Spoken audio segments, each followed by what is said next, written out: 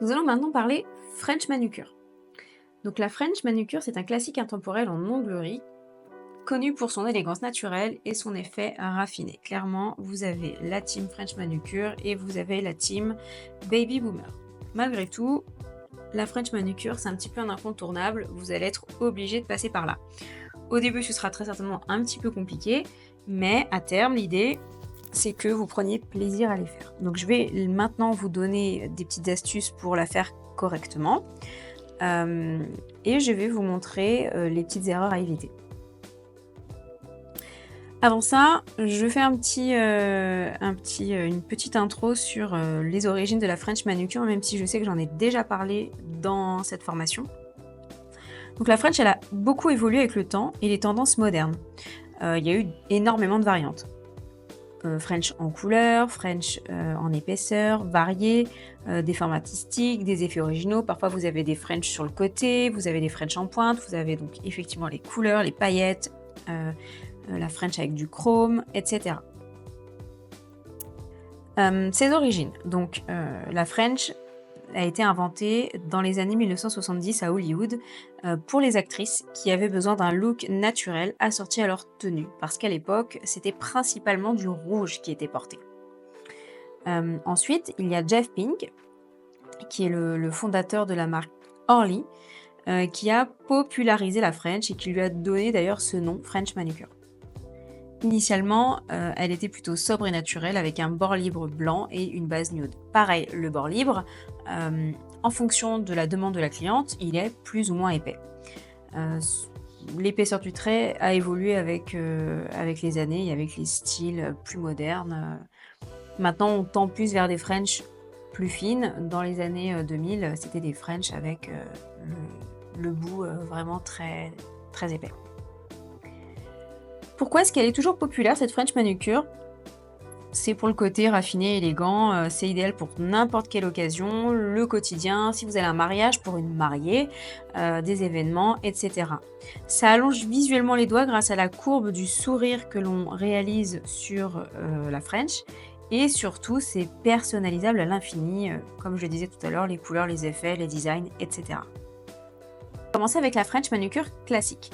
Donc la French manucure classique, c'est le bord libre qui est blanc, en forme de sourire arrondi, avec une base nude. Donc là, j'ai utilisé, 2 bases, une un peu plus rose, une un peu plus claire, qui tire un peu plus vers le blanc et je vais vous montrer le tracé de la French manucure avec un gel paint. Pour faire ce trait de French manucure, moi je le trace avec ce pinceau, qui est un pinceau très long. Vous voyez? Et il est très fin. Donc je vais déjà tracer sur, allez, je vais le faire sur celui-ci. Hop. Et je vais utiliser ce gel paint. La petite anecdote, lorsque j'ai débuté, je ne connaissais pas les gel paint, puisqu'en formation, on n'avait pas eu ces infos-là à l'époque. Et je l'ai tracé avec un vernis semi-permanent. Le souci du vernis semi-permanent, c'est que comme il est moins opaque et plus épais qu'un gel paint, ça va former une petite bouée au bout de l'ongle à ce niveau-là. Là, vous allez faire votre tracé. Ici, ça va faire un creux entre la base et la couleur. Et même avec un top coat, en essayant de corriger, parfois, ça se voit. Donc lorsque vous voyez une espèce de petite bouée au bout des ongles, bien souvent, c'est parce que la French a été faite avec du vernis semi-permanent, en couche trop épaisse, et du coup, ça se voit. C'est des erreurs qu'on a toutes fait. Donc, de toute façon, en pratique, vous vous en rendrez compte. Parce que c'est pareil, les gel paint, on ne peut pas avoir une quantité de gel paint trop importante, ça serait beaucoup trop coûteux. Donc, tout ce qui va être French en couleur, eh bien, moi, personnellement, je les réalise avec des vernis semi-permanents. La petite astuce, pour épaissir un peu le vernis semi-permanent, c'est de le mélanger justement avec un gel paint. Alors, faut pas en mettre trop, sinon ça modifie la couleur de base, mais ça peut être un moyen de faire une French sans cette petite bouée et cette épaisseur. Donc, je vais maintenant vous montrer comment on réalise une French.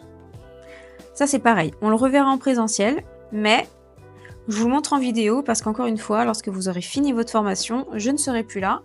Et donc, c'est bien d'avoir ces visuels pour vous rappeler les choses. Donc là, on est sur une forme amande. Si on avait été sur une forme carrée, c'est pas grave si on est sur une amande, je vais quand même vous montrer comment ça fonctionne avec un carré.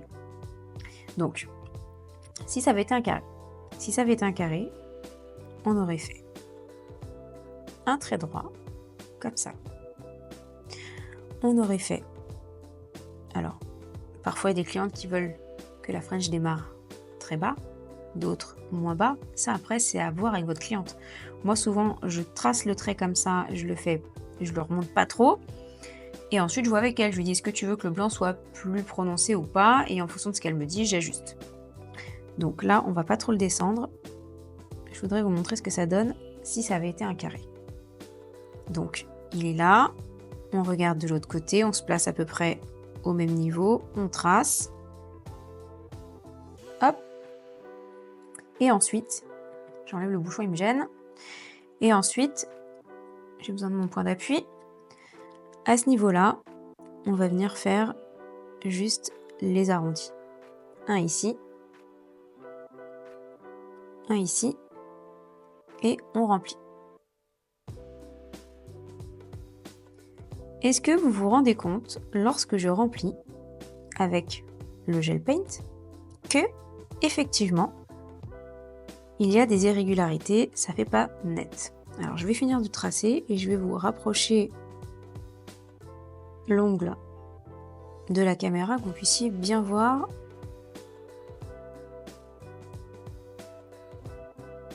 le souci entre guillemets, ou en tout cas que vous puissiez comprendre ce que je suis en train de dire. Donc là j'ai fait quelque chose de très arrondi. Bon, à la base c'était pour vous montrer sur un carré, mais vous voyez que sur une amande ça fonctionne très bien. Hop. Je reprends un petit peu l'arrondi. Ok. Alors, qu'est-ce qu'elle raconte Aurélie? Eh bien, lorsqu'on regarde de très près, on voit que ça fait des petits défauts. Est-ce que je peux le rapprocher? Vous voyez? Mais lorsqu'on va mettre le top coat, tous ces petits défauts vont disparaître. Parfois, lorsque je trace la French, souvent d'ailleurs, je dis à mes clientes, tant que je n'ai pas mis le top coat et tant que je n'ai pas mis le dernier coup de lime final, sache que la French n'est pas finie, elle n'est pas terminée. Et souvent, j'ai le droit à « je te fais confiance ». Vous voyez? Il est où mon petit panda? Il est là. Je vais catalyser ça et ensuite je vais venir mettre le top coat dessus pour que vous puissiez voir la différence. Hop. Donc là je l'ai fait sur l'amande. Pour un carré, ce serait pareil au niveau du tracé. Maintenant, je vais vous montrer avec un vernis semi-permanent. Je me souviens très bien de ma première French. C'était un peu catastrophique. Que j'avais fait avec un vernis semi-permanent qui était très fluide. Mon Dieu. Donc, j'ai volontairement pris ce bleu parce que je sais très bien qu'il est un peu spécial à travailler et j'espère qu'il va y avoir cette bouée sur l'ongle, que vous puissiez comprendre ce que je suis en train de vous raconter. Donc, lorsqu'on utilise un vernis semi-permanent, on en met un peu sur la palette. Hop. Ensuite, on prend le petit pinceau et je vais revenir faire mon tracé. Donc je vais la faire un peu plus basse, faire un trait plus épais.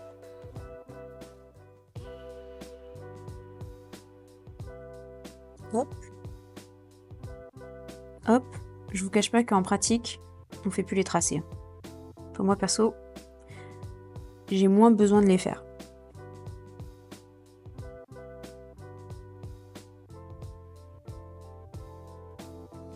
Déjà, je sais pas si vous vous en rendez compte, c'est un peu plus galère pour moi de le faire. Et ensuite, on voit bien que ce vernis est trop transparent, pas suffisamment opaque.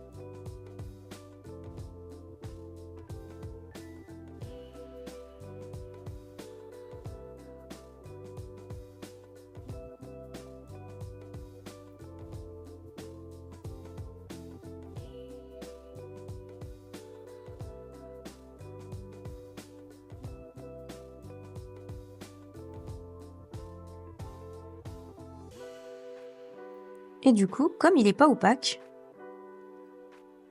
on a tendance à vouloir rajouter des couches. Est-ce que vous voyez qu'il n'est pas tout à fait opaque? On aurait tendance à vouloir faire ça pour le rendre plus opaque. Mais en faisant ça, il va y avoir ce système de bouée dont je parlais tout à l'heure. Donc le blanc que j'ai fait précédemment, il vient de finir de catalyser. Je vais appliquer un top coat dessus. Bon, je fais exprès d'en rajouter. Hein. Hop. Ok. Déjà là, si je le mets de profil, là, vous voyez ce que je veux dire. Ok, je le catalyse. Je reprends mon blanc et je vais venir mettre le top coat pour flotter. Hop. Les petites imperfections. Est-ce qu'on voit les imperfections? Vous allez peut-être voir après. Je vais toucher la caméra.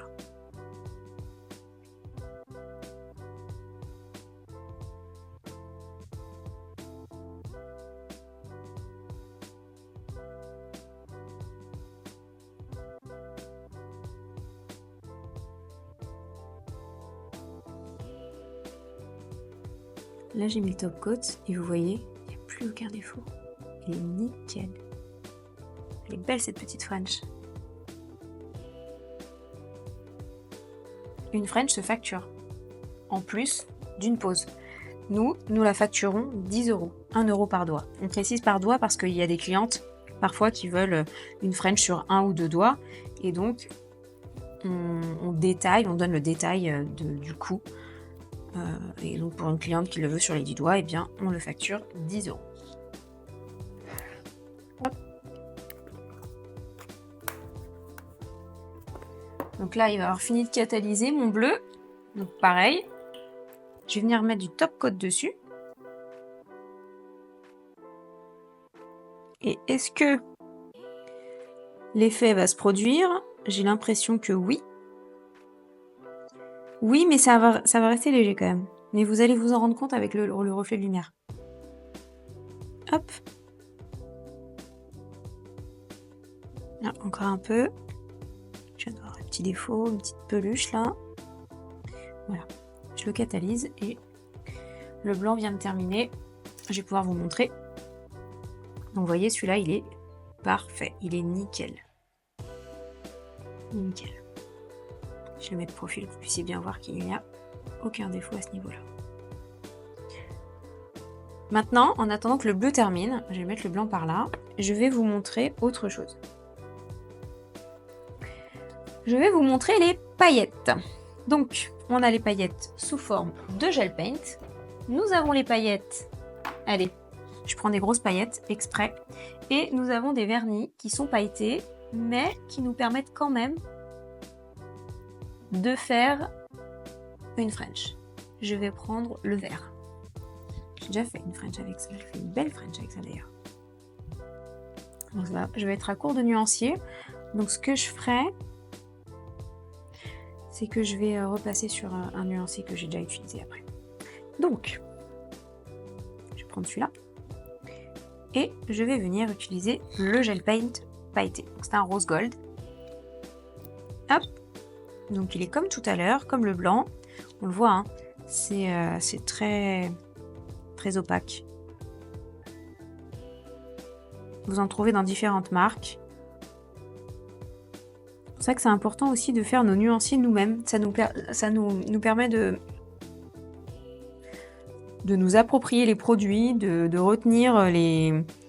Alors est-ce que je la descendrai pas encore un peu celle-là? Ça nous permet de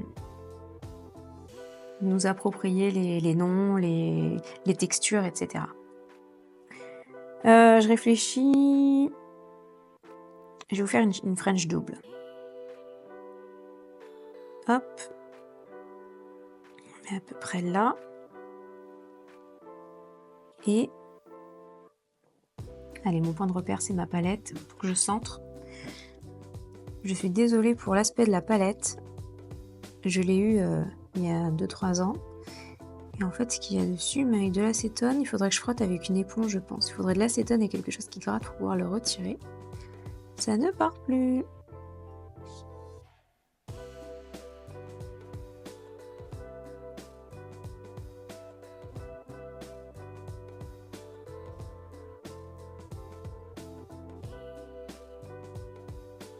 Là, pour remplir, rien ne vous empêcherait de prendre un pinceau plus gros pour... vous pourriez, si c'était un vernis semi-permanent, vous pourriez même aller avec le pinceau du flacon. Là, c'est un gel paint, c'est pas le cas. Donc voilà. Et alors, ce que j'appelle la French double, c'est pas ce qu'il y a de plus simple à réaliser.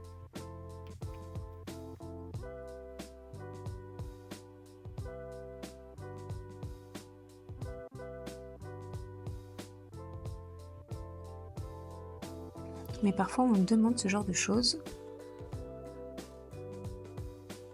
Et il faut s'entraîner.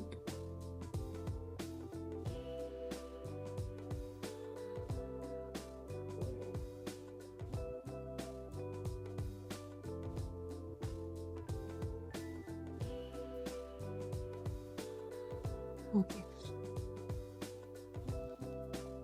Je vous passe un petit coup ici. Si vous voulez que je vous remontre ça en présentiel, il ne faut pas hésiter à le demander.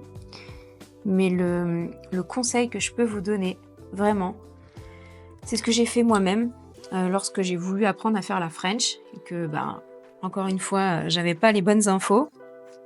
Eh bien, j'ai pris un nuancier avec, je sais pas, il y en avait peut-être 20, 30 nuanciers, vous savez, les nuanciers comme ça, transparents. Et j'ai pris les vernis que j'avais, tous les produits que j'avais, un peu différents, avec des textures différentes. Et j'ai fait des French, j'ai fait des French, j'ai fait des French. Je dois l'avoir encore ce nuancier quelque part, jusqu'à ce que j'arrive à faire quelque chose de correct. Donc c'est entraînez-vous. Je le catalyse. Le bleu a fini de catalyser, je vais pouvoir vous le comparer avec le blanc. Donc d'un point de vue comme ça, il est pas trop mal, mais on peut voir quand même un petit défaut. On le voit ici avec le reflet de lumière. Ça fait comme un 8 un peu. Il est pas... mais sur le blanc, un tout petit peu aussi. Hein. Là, ça fait un petit défaut, mais il est beaucoup plus prononcé sur le bleu. Et lorsque je les mets de profil, est-ce que vous voyez... Alors, c'est vraiment léger. Hein. Pour le coup, finalement, à ce niveau-là, il y a un creux. En fait, juste là. Là, il n'y a pas de creux. Là, il y a un creux. Ça fait une bouée ici. Et ça, c'est tout simplement parce qu'on a utilisé un vernis semi-permanent. Donc là, si vous me faites ça en clientèle, l'astuce pour corriger, c'est soit vous prenez un top coat épais, plus épais. Alors je vais en prendre un. En plus, on a fait le chapitre sur les top coats, donc c'est parfait. Je vais prendre celui de chez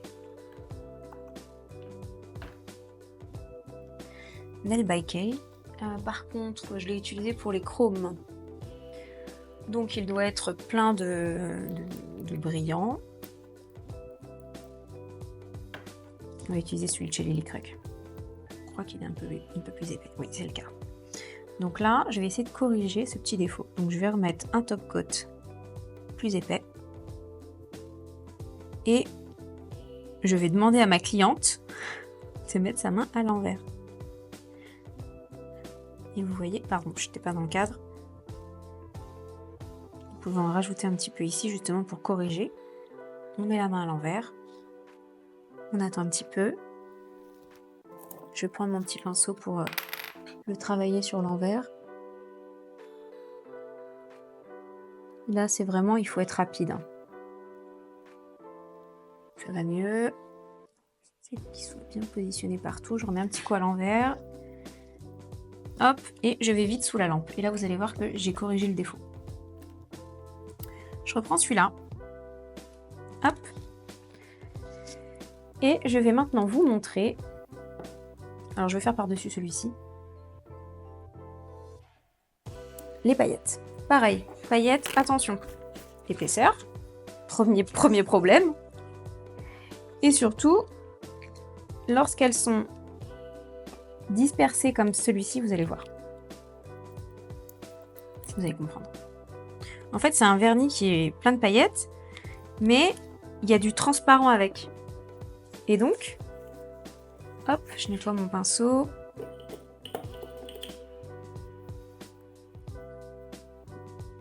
Ça par là. Et donc, lorsqu'on va tracer la French, regardez. Là, il y a le blanc, ça va m'aider. Mais s'il n'y a pas le blanc, comment on voit que c'est une French? On le voit pas vraiment, c'est... Faut le deviner, quoi. Ces vernis sont très pratiques pour faire des incrustations.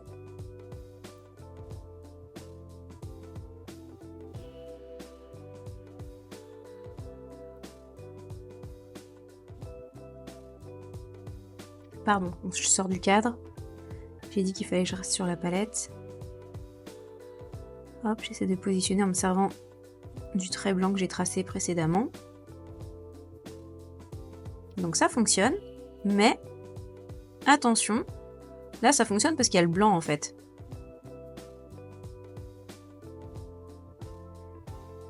Vous voyez?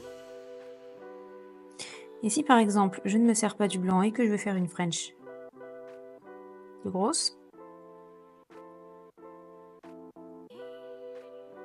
ben c'est plus compliqué de faire le tracé. Alors je vais me remettre comme ça.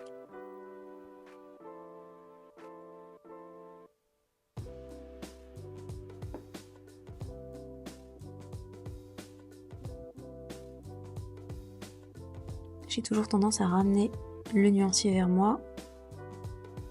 Vous voyez, c'est un peu plus galère à faire, c'est compliqué. Ce que je veux vous montrer par là, surtout quand vous allez débuter, ne vous embarquez pas dans des trucs comme ça. Si la cliente elle veut des paillettes au bout de la French, faites une French blanche et ensuite vous lui mettez un top coat finition brillante et éventuellement avec un top coat pailleté vous lui rajoutez des paillettes par-dessus la French. Une paillette qui m'embête, voilà. Bon, j'ai quand même réussi à faire quelque chose, mais c'est beaucoup plus complexe. Et est-ce qu'on va pas avoir le souci de la bouée? On va voir ça après.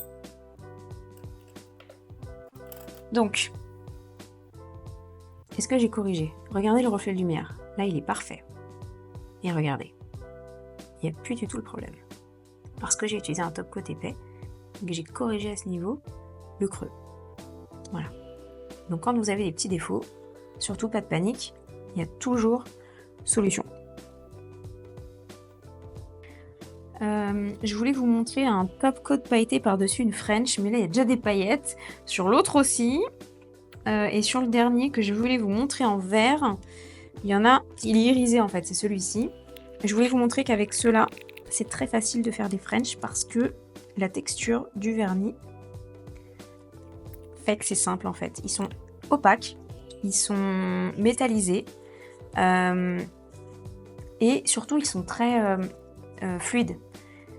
Ils sont pas épais du tout. Et donc je trouve que c'est très simple de faire des French avec ça. Hop. Déjà quand j'utilise ces couleurs-là sur cliente, souvent en une seule couche, c'est suffisant. On va la descendre celle-là, pour faire quelque chose d'encore différent. J'aurais presque pu la faire en pointe celle-là. Allez, on se fait une variante. J'imagine que le milieu c'est ici. Je me place ici et je tire mon trait droit. Hop.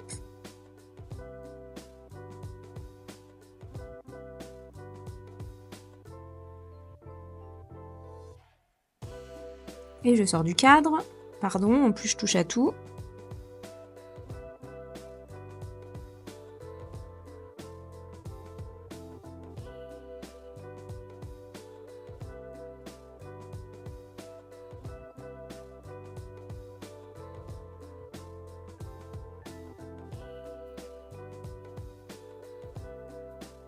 Est-ce que je le tire ici ou pas? Allez, on peut faire un petit truc comme ça. On va voir ce que ça donne.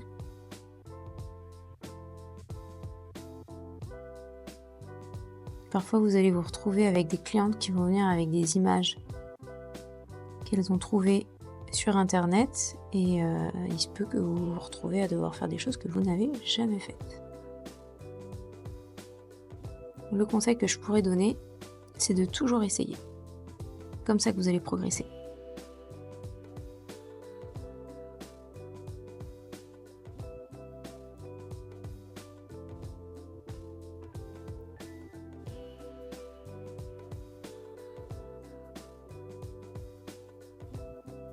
Bon, j'ai essayé de faire quelque chose. Déjà, on voit que c'est pas épais. Je sais pas si je le redescends encore un peu. Non, on va le laisser comme ça. Allez, c'était juste pour vous montrer. De toute façon, je vais mettre des paillettes après. Donc, je le catalyse. Je vais reprendre le nuancier avec les grosses paillettes. Et celui-ci, si je le mets de profil, franchement, ça va. Hein. On voit que c'est une petite bouée ici. Mais avec juste le top coat épais, ça se corrige. Où est-ce qu'il est le top coat épais? Il est là. Je vous montre ça tout de suite. Surtout quand vous travaillez sur vos tables, faites attention de ne pas laisser près des lampes UV vos produits. Je crois que je l'ai déjà dit dans une vidéo, mais vous risquez de catalyser vos produits sans le vouloir et ils sont bons à mettre à la poubelle. Quand on connaît le prix de nos produits, il vaut mieux faire attention. J'essaie de corriger parce que je vois que ça va faire une bouée. Hop, à l'envers. Est-ce que ça va être suffisant? Je ne sais pas. C'est la surprise.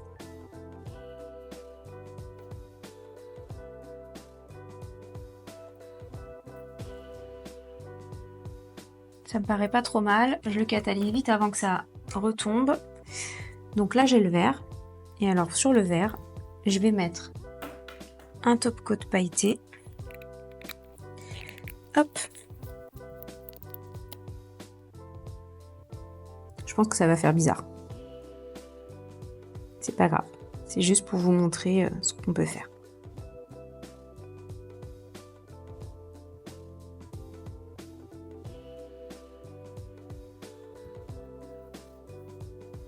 Allez, je le catalyse aussi. Hop. Donc, l'astuce que je peux vous donner pour la French, donc là sur mes nuanciers, j'ai appliqué en base une couleur. Si vous travaillez avec les biables, avec les gels un peu plus costauds, les pots, vous savez, les gros pots ronds, c'est plus compliqué. Mais si vous travaillez avec les biables, vous faites votre construction avec le biab et ensuite vous faites la French directement. Vous gagnez du temps et c'est beaucoup plus beau, car moins d'épaisseur. Là, je suis sur un nuancier, donc j'ai appliqué une fine couche de base et ensuite j'ai fait ma French par-dessus.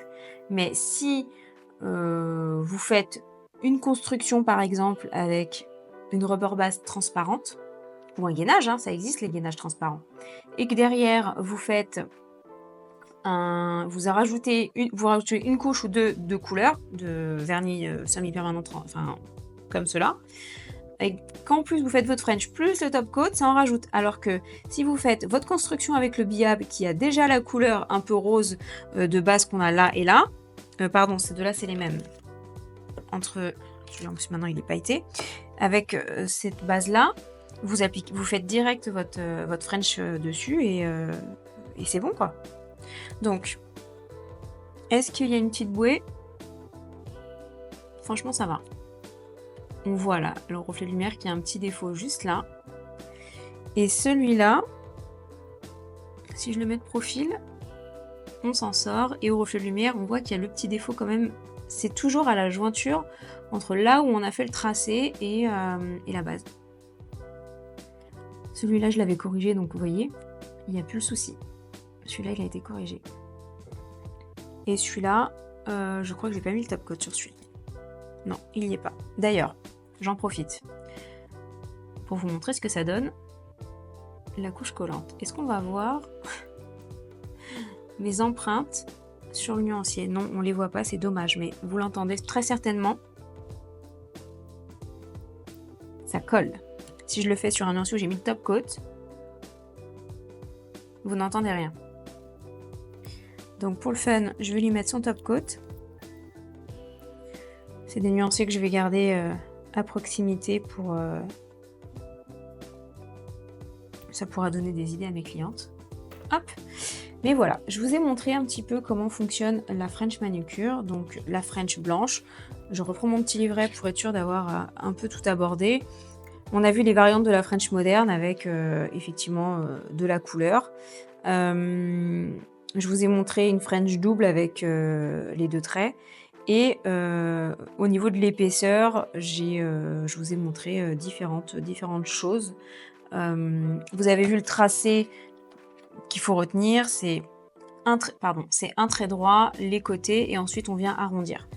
Au départ, vous allez faire comme ça et puis à un moment donné, vous allez vous habituer et ça va se faire tout seul. Et bien sûr, le pinceau. Alors moi, j'utilise ça. Quand j'ai démarré, j'utilisais pas des pinceaux aussi longs et en fait, par expérience, c'est beaucoup plus facile, de faire, déjà pour faire des traits droits, hein, c'est plus simple. Encore une fois, c'est un coup de main à prendre. Pour moi, c'est plus simple, je vous conseille d'utiliser ça. Maintenant, peut-être qu'en pratique, ce sera plus compliqué pour vous et vous préférerez passer avec d'autres types de pinceaux. N'hésitez pas à les tester. Voilà, j'ai mis le top coat, ça colle plus.